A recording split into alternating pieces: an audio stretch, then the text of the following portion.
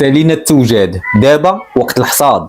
شفتي الواقع في الحلقه الاولى وحطيتي رجليك في الميدان في الحلقه الثانيه. اليوم غنعطيك السر اللي غيخليك تضرب اول همزه كاش في العالم الجديد، السر اللي غيخرجك من خانه المبتدئ لخانه المحترف اللي كيتخلص بالدولار.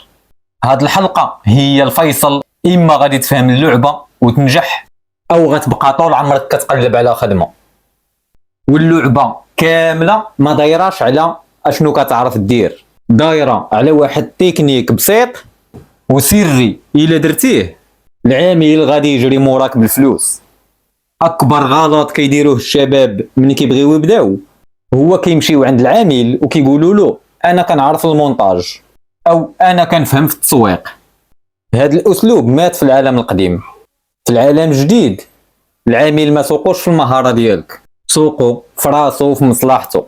خاصك تبيع له النتيجه، ما تقولش ليه غنصوب لك فيديو، قول ليه غنطلع لك المبيعات ب 30%، وما تقولش ليه غنقاد لك سيت، قول ليه غنجيب لك زبناء جداد. فكرة وديع ديما كنقولها لك، الناس ما كتشريش المهاره، الناس كتشري الحلول للمشاكل ديالها. كون انت هو حل المشاكل وتفرج في الفلوس كيفاش غدور لعندك. دابا غادي تقول لي اوديع كيفاش غيثيق فيا اول عامل وانا ما عندي حتى سميه؟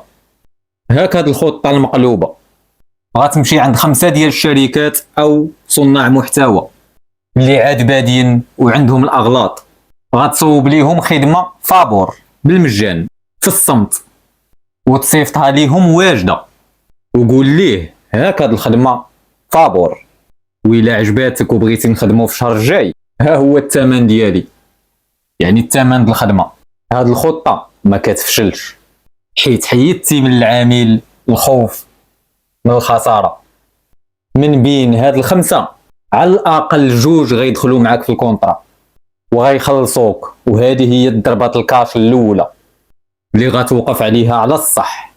ولكن خليني نكون معاك صريح لاخر مره في هاد السلسله، هاد الشيء ما غيخدمش الا كنتي كتمل دغيا او الا صيفطتي ميساج لجوج الناس وما جاوبوكش وجلستي تبكي. العالم جديد باغي صلابه حديديه وباغي واحد كياكل الدق وكيتعلم من الفشل وكيصبر. اول 90 يوم غادي تكون قاصحه، ولكن مني غيدخل اول كاش من برا حياتك غادي تبدل 180 درجه.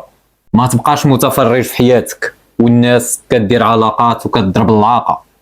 نوض تقاتل على راسك، السيستم القديم ما عنده ما يعطيك والمستقبل انت اللي كتصنعه. السلسله سالات هنا والرحله ديالك في العالم الجديد بدات دابا، وخريطه عندك والسر عندك والكره في تيرانك. واش غتبدا تطبق اليوم ولا غتبقى ديناصور كتفرج؟ القرار ديالك.